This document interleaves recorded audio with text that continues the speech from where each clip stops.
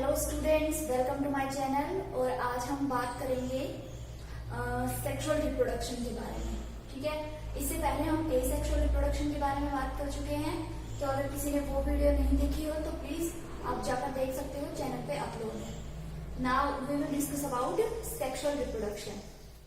तो देखिए, sexual reproduction के अंदर हमेशा 2 इंडिविजुअल्स इन्वॉल्व होंगे। 2 इंडिविजुअल्स जिनमें एक होगा मेल और एक होगी फीमेल। क्लियर है? देन मेल जो होगा वो मेल गैमेट प्रोड्यूस करेगा और फीमेल जो होगी वो फीमेल गैमेट प्रोड्यूस करेगी। उसके बाद ये दोनों गैमेट्स आपस में फ्यूज होंगे और जो नया इंडिविजुअल होगा उसको बनाएंगे, उसकी फॉर्मेशन करेंगे। अब बात आती है कि यहाँ पर जो सेक्सुअल रिप्रोडक्शन हो रहा है उसके अंदर कौन कौन से इवेंट्स होते हैं। तो सबसे पहला इवेंट यहाँ पर होगा प्री फर्टिलाइजेशन, या इसी को हम बोल सकते हैं गैमेटोजेनेसिस। मीन्स क्या होगा? प्री फर्टिलाइजेशन मीन्स फर्टिलाइजेशन से पहले। फर्टिलाइजेशन क्या होता है? Fusion of gametes. तो गैमेट्स के फ्यूजन से पहले क्या होगा? गैमेट्स बनेंगे and this process of formation of gametes is known as gametogenesis.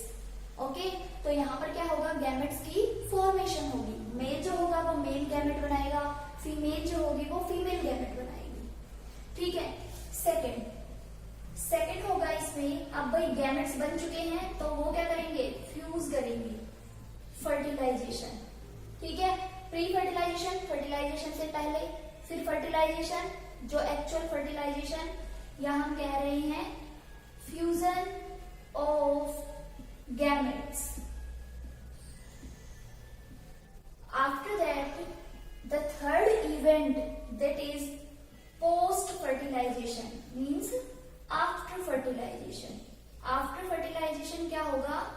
जो एम्ब्रियो होगा उसकी डेवलपमेंट होगी and this process is known as embryogenesis. ठीक है, gamete formation gametogenesis and embryo formation is embryogenesis. Clear है?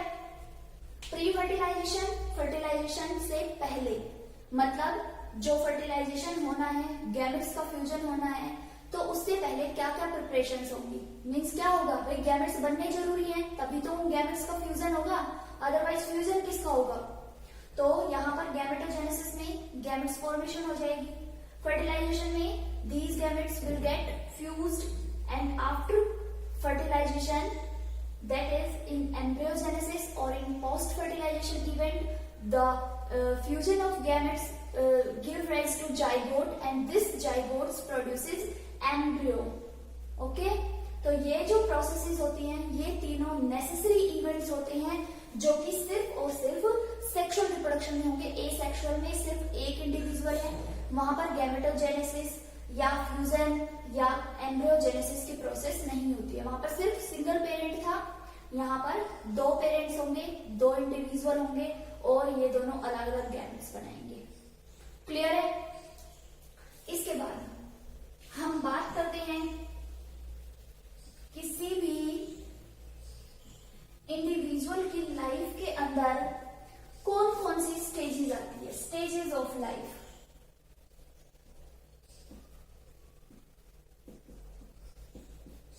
सबसे पहली होती है जुवेनाइल फेज,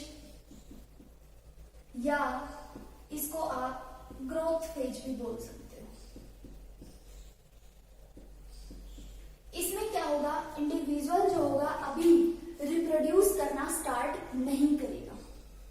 जैसे अगर हम ह्यूमन बीइंग्स की बात करें तो 14 या 15 की एज से पहले का जो टाइम पीरियड होता है वो जुवेनाइल फेज होता है या ग्रोथ फेज होता है, जिसके अंदर जो इंडिविजुअल होगा वो ग्रोथ करेगा and will grows towards the maturity.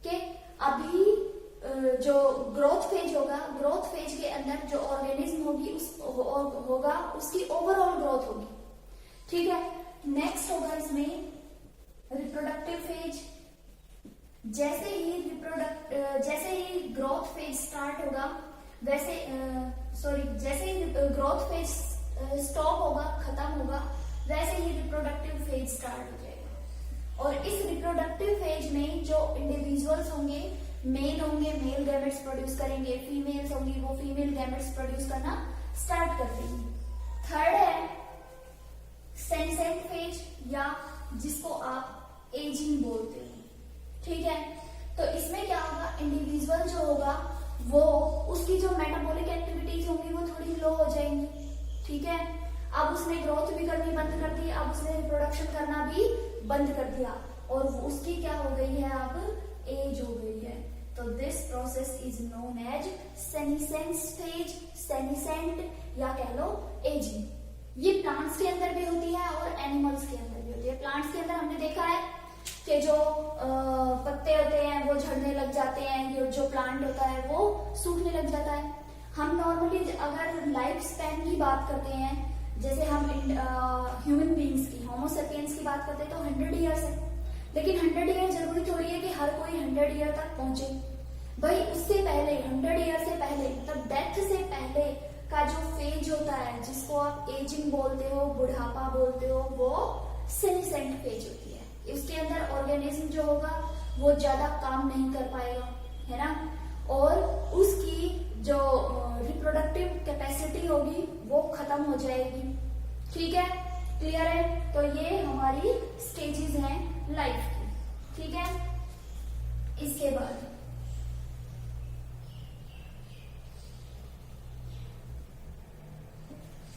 जो क्या थी, फॉर्मेशन ऑफ गैमेट्स, मतलब गैमेटोजेनेसिस की जो प्रोसेस होती है,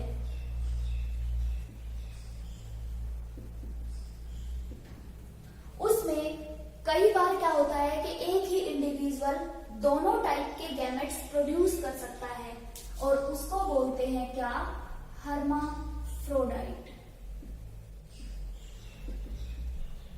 हर्माफ्रोडाइट फ्लावर भी हो सकता है, हर्माफ्रोडाइट ऑर्गेनिज्म भी हो सकते हैं। जैसे अर्थवॉर्म, हमने सबने देखा है अर्थवॉर्म, या हम सबने देखा है चाइना रोज। क्या होता है उसमें, मेल और फीमेल गैमेट्स जो होते हैं वो सिंगल फ्लावर के अंदर होते हैं, ठीक है। वहां पर कोई अलग से जो सेक्सुअलिटी होती है वो डिफाइन नहीं होती। ऐसे ही अर्थवॉर्म के अंदर कुछ सेगमेंट्स जो होते हैं अर्थवॉर्म के वो मेल गैमेट प्रोड्यूस करेंगे, कुछ सेगमेंट्स होंगे वो फीमेल गैमेट्स प्रोड्यूस करेंगे, ठीक है। लेकिन जब दो अर्थवॉर्म्स क्लोज आएंगे तब वो अपने गैमेट्स को इंटरचेंज करेंगे, और उनका जो फर्टिलाइजेशन होगा वो क्रॉस फर्टिलाइजेशन होगा, ठीक है। इसके अलावा कुछ इंडिविजुअल्स ऐसे होते हैं, मोनोशियस कह लो या बाइसेक्सुअल, ठीक है। क्या होगा, इन मोनोशियस या बाइसेक्सुअल ऑर्गेनिजम्स के अंदर ये जो हर्माफ्रोडाइट वर्ड है वो हम नॉर्मली किसके लिए यूज करेंगे, जो नॉर्मली जो क्या होते हैं एनिमल्स होते हैं उनके लिए यूज करते हैं, ठीक है।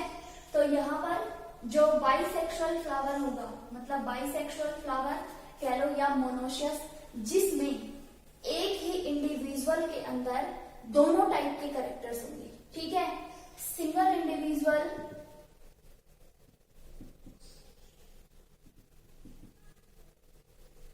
Produce both type of gametes,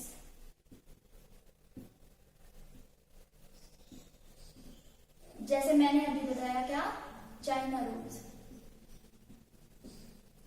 ठीक है। जब भी डायोशियस कह लो या यूनिसेक्सुअल कह लो, क्या होगा इसमें, एक इंडिविजुअल मेल कहलाएगा और एक फीमेल, मतलब both gametes produced by two different individuals, ठीक है। जैसे पपाया,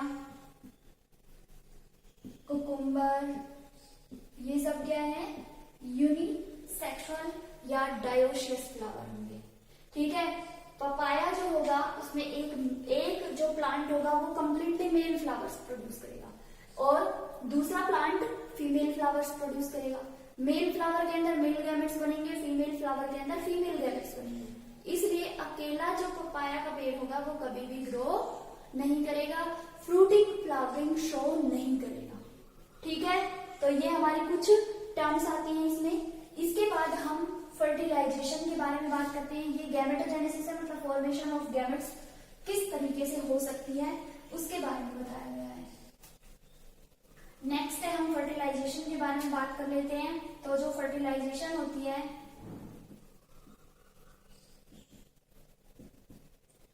वो अलग अलग टाइप की हो सकती है। जैसे एक फर्टिलाइजेशन हो सकती है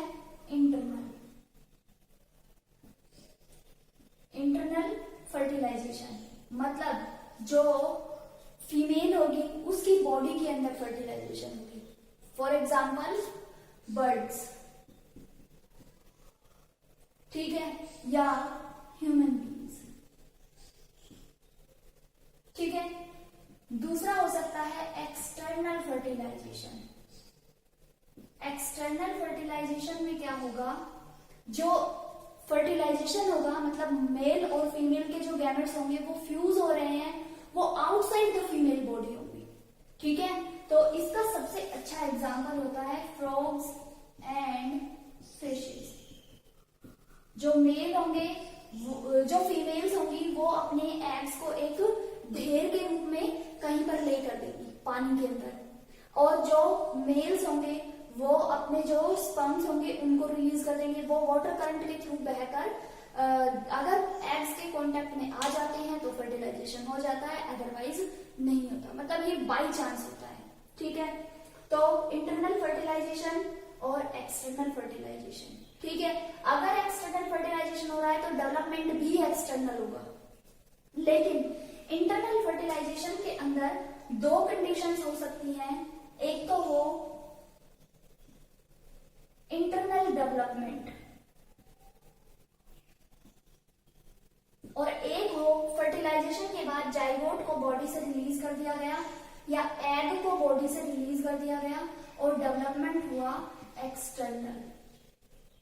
ठीक है, तो इंटरनल डेवलपमेंट किसके अंदर होता है, ह्यूमन बीइंग्स के अंदर, जबकि एक्सटर्नल डेवलपमेंट होता है बर्ड्स के अंदर ना। बर्ड्स का हमने सबने देखा है, बर्ड्स जो होते हैं वो फर्टिलाइजेशन के बाद एग को रिलीज कर देंगे, उसके बाद उस एग को क्या टेम्परेचर देंगे, अपनी बॉडी से हीट प्रोवाइड करेंगे, उसके बाद हेचिंग होगी और तब वो नया इंडिविजुअल प्रोड्यूस करेगा। लेकिन इंटरनल डेवलपमेंट में क्या होगा, जो फीमेल होगी जिसकी बॉडी के अंदर फर्टिलाइजेशन हुआ है उसकी बॉडी के अंदर ही डेवलपमेंट की सारी प्रोसेसेस होंगी।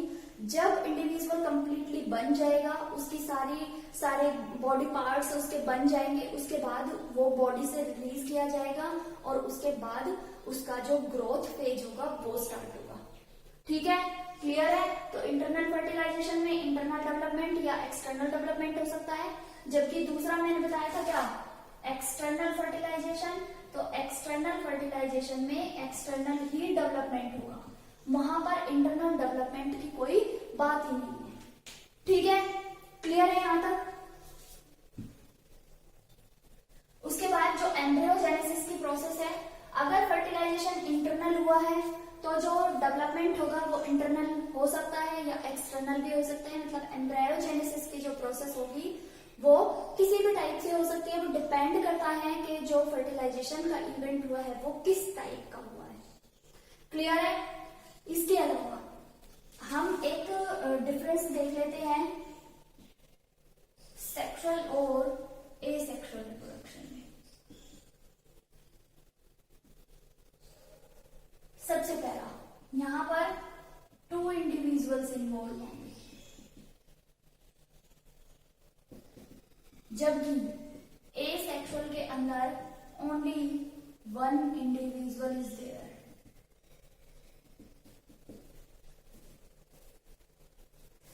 सेकंड है, इसमें क्या होगा, गैमेटोजेनेसिस की प्रोसेस होगी, मींस गैमेट फॉर्मेशन अकर्स, जबकि यहां पर नो गैमेट्स